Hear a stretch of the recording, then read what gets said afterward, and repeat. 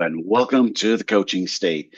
This video is in a series called The Subtle Art of Coaching. My name is Tony Husted. I'm a master certified coach, and I've been training coaches since 2007. I've been part of the training team of a level one and level two program, and I'm the author of a level one and level two program that I also am the director of training for. I'd love to take today to talk to you about a topic that I've had many discussions over. I've mentored many coaches on, and it's also a continuation of one of our other videos, that video being called Filler Language and the Challenges of Using Filler Language. This is an extension of that, and this video is going to be about positive affirmations.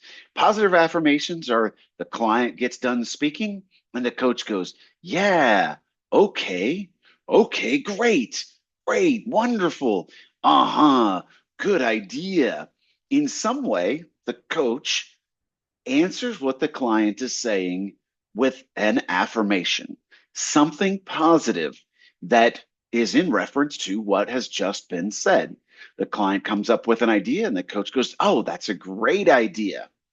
Now, as I've talked with a lot of coaches, again, mentoring thousands of coaches along their journey, I have found that many coaches are like, well, I'm an encourager.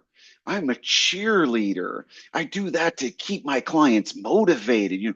Coaching is positive, right? So I've got to be positive. I've got to encourage my client. And I understand and agree with all of those things. And I think there's a specific time and place for affirmations. I think, especially when it just becomes filler language, it falls into the category of just simply it's an automatic, rote thing that the coach says to acknowledge that they're listening. And especially when these are positives. And there's some very specific examples I'm going to be discussing with you today to point out the challenges of this, especially when it becomes automatic and the coach isn't even paying attention to it. So there is a time and a place for a positive affirmation. I'm going to cover those at the end. Before we go there, I want to just take a moment and say the best way, the single best way to do coaching better is to remove all your filler language and remove your affirmations, except in the couple of cases that I'm going to give us at the end here. One of the biggest things I want you to think about is if you are always affirming, client says, well, my idea is to XYZ. Great. The very first thing that does is it stops the flow. It's a stop sign in the conversation flow. Great. So the client is sitting there going, okay, well, my coach thinks that's great. Their ongoing thought process is interrupted by us inserting that okay, that great, that uh-huh, yeah. It stops their flow because their attention goes off of the idea that they were speaking about and goes to your reaction.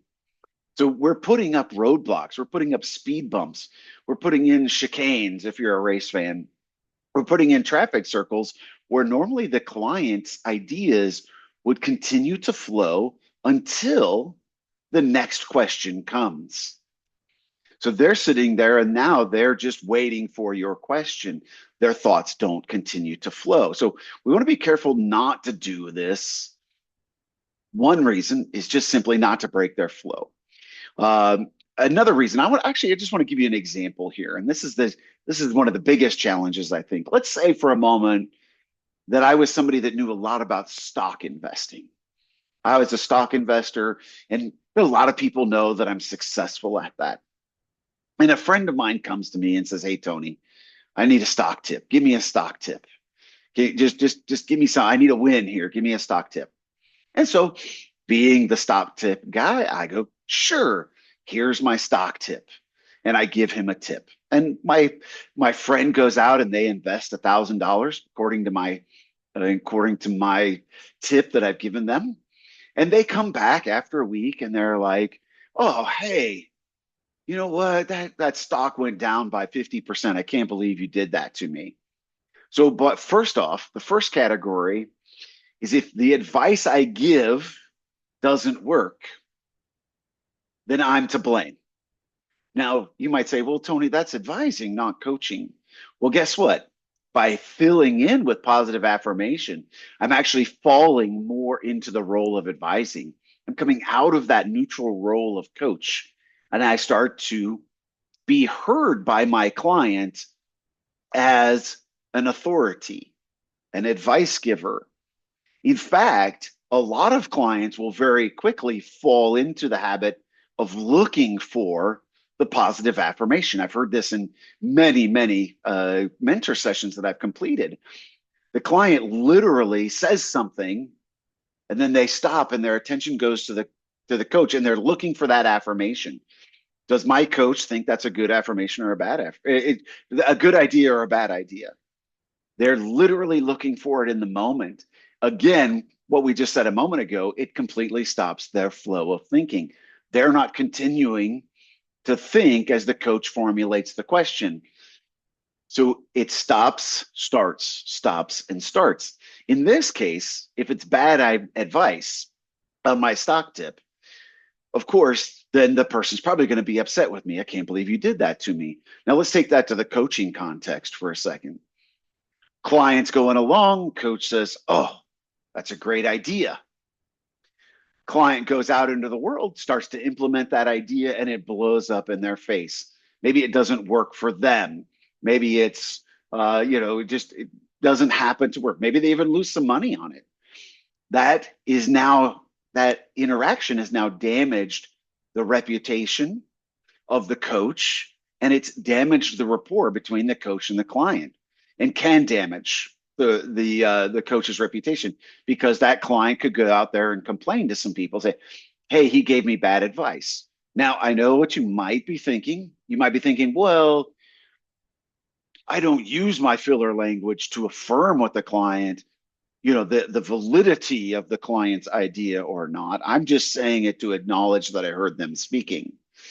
And this goes back to what I've mentioned before, probably, is that it goes back to the old school telephone days when we couldn't see the other person and we were taught to be respectful. Uh-huh. Yeah. Uh-huh. I got it. Yes. Good. Yep. And we get in that habit. The side effect of that in coaching, though, is our client, when they hear that, okay, good, great, nice, they're taking it as an evaluative. They don't hear it as filler language. Hey, here's my idea. Great. They hear it as, you have affirmed. The coach has weighed in. The coach said this is a good idea. Now, again, that's the easy side. Now, some people would say, yeah, but Tony, what if I, do it and it is a good idea and it works for them? Well, let's go back to the story of the investing. I give my friend a tip. They double up their money in 2 weeks and they come back to me and they're, oh, Tony, thank you so much for that tip. That was amazing. Do it again. And now they want another tip. So my question to think about is my client better off because of my tip? If they make money, most people would say, sure. But I'd really like to question that. Are they better off? Is my friend better off because I gave him that tip? I would actually say no, because I have actually undermined their confidence in their own ability to choose their own investments. When it comes time, they get their next paycheck, they've got some money to invest, they're going to come right back to me and they become dependent on me. And this is definitely not what coaches want. Coaches, we do not want our clients dependent on us. I often tell coaches in our level 1 and 2 coach training program, we want to work ourselves out of a job. At the end of the coaching relationship, we want our client to leave better off, more capable, more whole, more aligned. Use whatever word you'd like there. We want them to leave and go off in a better way. And if I have subtly undermined, I've eroded their own trust in themselves to come up with a good idea, then there's a problem with that. It is not my job to evaluate the quality of the ideas. In fact, I would say when my client comes and says, oh, I've got this great idea, da da da da da. Well, I'm wondering, how do you evaluate that idea that you've given it the great as a qualification? I'm going to ask my client, how did you get to that? What are you thinking about that? How good of an idea is that to you? What could make that a better idea? There's a ton of questions I can ask to draw the client into evaluating it for themselves. I do not want to evaluate it. Now, again, often what's happening, this filler language is automatic. We're just saying it as we buy a moment of time to get our question straight in our head that we can ask. This is the challenge though, because it sneaks in and we unintentionally evaluate. Now, let me take it a step further because this unintentional evaluation is a big one. Often when we evaluate this way, what we unintentionally do is we unintentionally affirm negatives. I hear this in mentor sessions quite often. Clients talking about their plan. They're going to do this, then they're going to do that, then they're going to go here.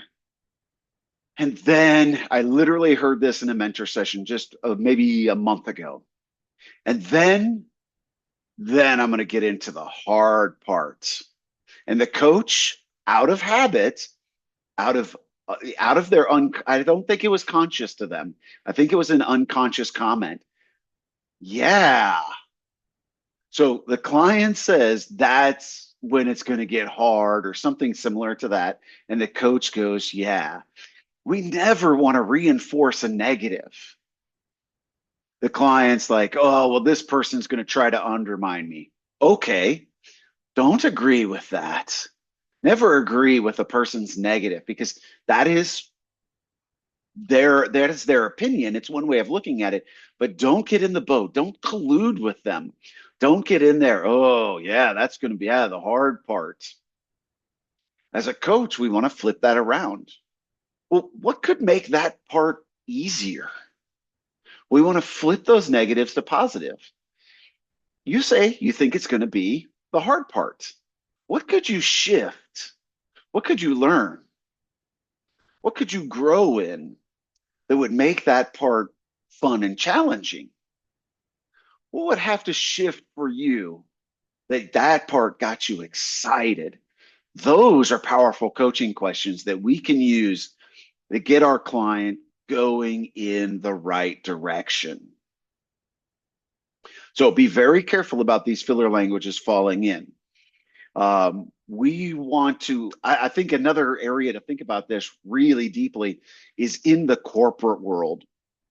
In the corporate work that I've done, when somebody's bringing me in as an external coach, for example, I worked 18 months at the Puget Sound Naval Shipyard as an embedded coach. I was an outside coach coming in to coach on leadership, performance, throughput, etc. I know nothing about retrofitting, upgrading, and decommissioning nuclear submarines and aircraft carriers. I know nothing about the actual task at hand. I couldn't coach on the what. I needed to coach on the who. And one of the patterns I found happen here, many other coaches have confirmed this as well, especially in the corporate world as an external coach. When you come in and are coaching and you say, ooh, good, great, yeah, the clients very quickly will start looking for that affirmation. They're going to start to hinge on it. You say it and they, oh, yeah, my coach thinks that's good. Okay. And then they go on and the coach thinks that's good. And in the corporate world, there's a challenge. Now, that can happen in the corporate and the private client world, absolutely. But even more so in the corporate world, here's the challenge.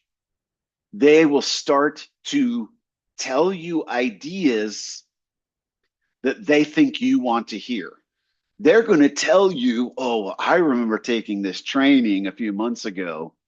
And if I quote that training, the coach is going to say, yeah, that's a good idea.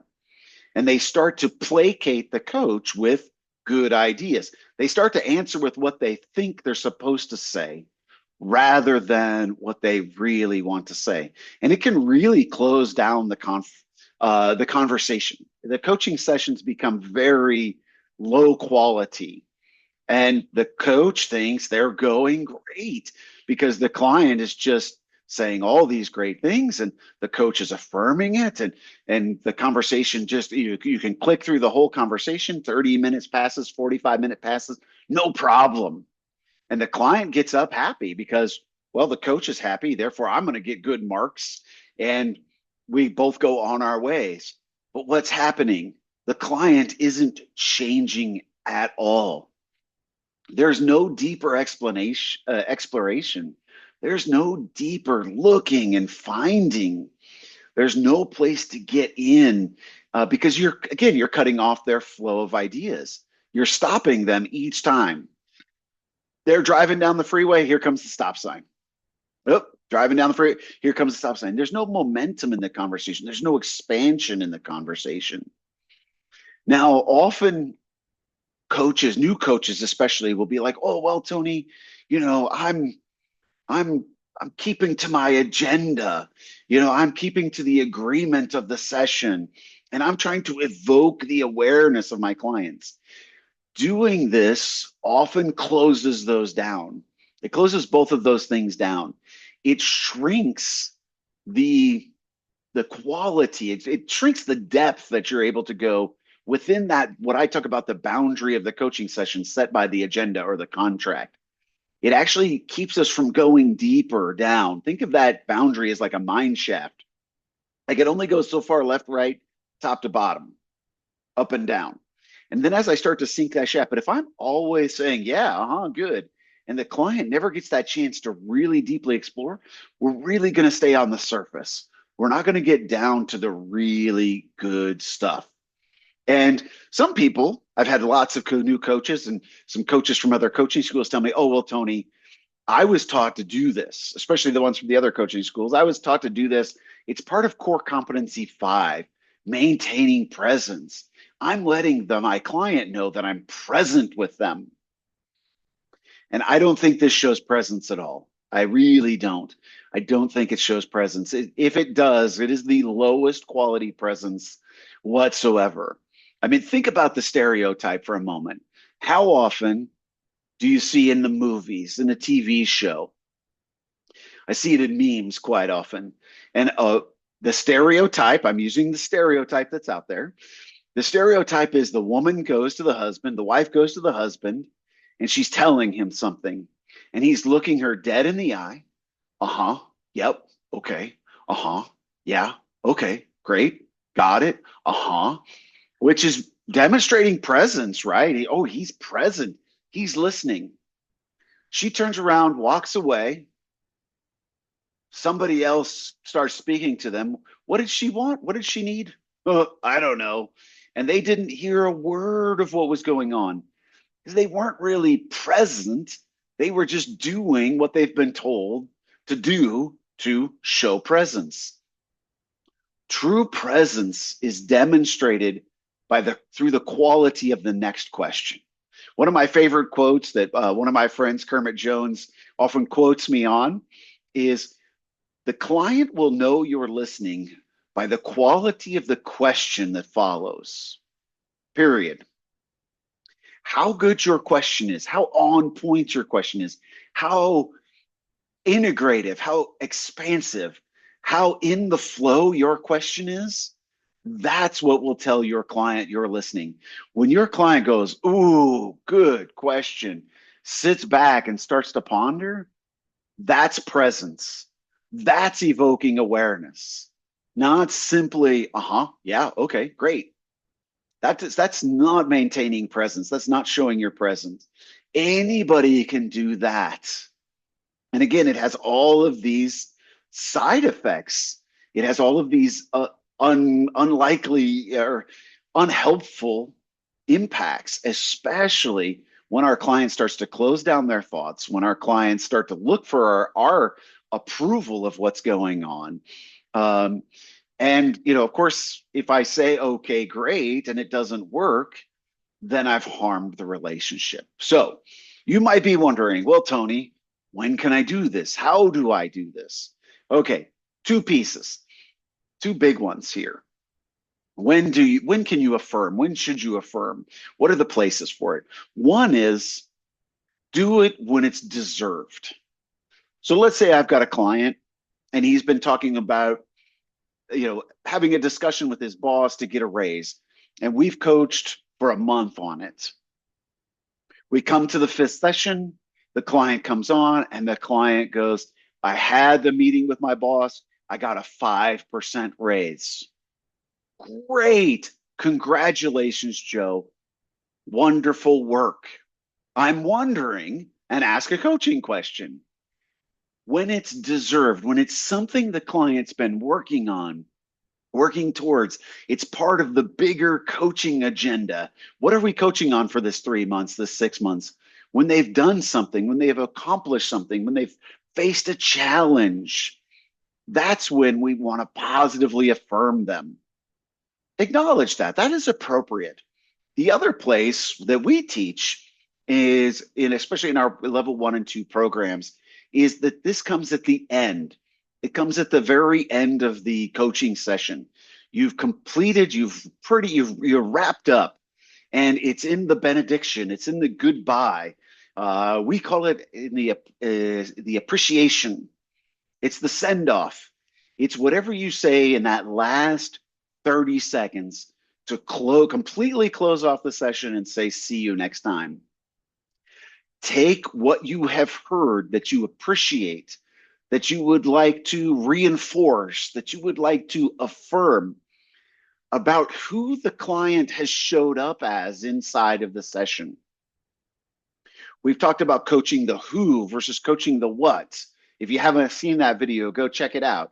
Coaching the who more than the what.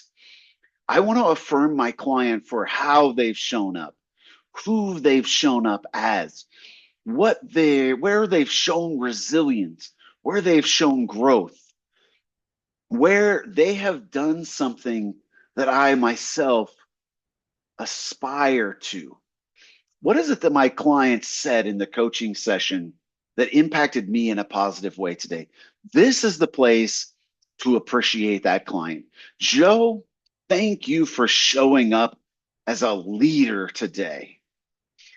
I feel like if more people showed up truly caring as a leader, the world would be a better place. Thank you for that. That's the type of affirmation. That's where these good, greats, ahs, yeses go. Now, one last reminder, because I know this is the question that people, what do I do instead? And it goes right back to our other video on filler language. Silence. Silence is golden. Client finishes speaking. Take a silent breath, take an out loud breath, take a moment, ask your question. Another one that falls in here, I'll just throw this one in. Another one that falls in here is the word so. So, what would be the best way to start, for example? Just take the so out. So take the yeahs, the okays, the greats, the goods, the uh-huhs. Also take out the so. It's unnecessary filler language. Most coaches do it unconsciously as a way to fill that time. They're not comfortable with the silence. I can tell you with very strong confidence, the best coaches I have ever heard, and I've heard thousands of coaches coach, the best coaches are the ones who use no filler language. They do not use so's. They have mastered the use of silence. The client finishes a thought. They ask a powerful, pointed, well thought out coaching question with a backtrack embedded in it. They've pulled something, some aspect, an important aspect, a key moment out of the previous out of the previous thoughts or out of the previous flow, and they make that into one good, powerful coaching question with no commas, no ands, no run-on questions at the end. It's just one singular question with a really good embedded backtrack. The embedded backtrack being something from earlier in the session inserted here to let the client know that you're listening. If you've got any questions, please feel free to post them down below. And I'd be really curious, what do you think about this? What are your thoughts on filler language? And maybe even Where else do you feel is it appropriate, besides the 2 points I made? What do you feel are another place that using filler language is really appropriate? I look forward to your comments and questions. Please like the channel, share these videos with other coaches you might know. We'll look forward to seeing you on the next edition of The Subtle Art of Coaching with Coaching State. Thank you for your time.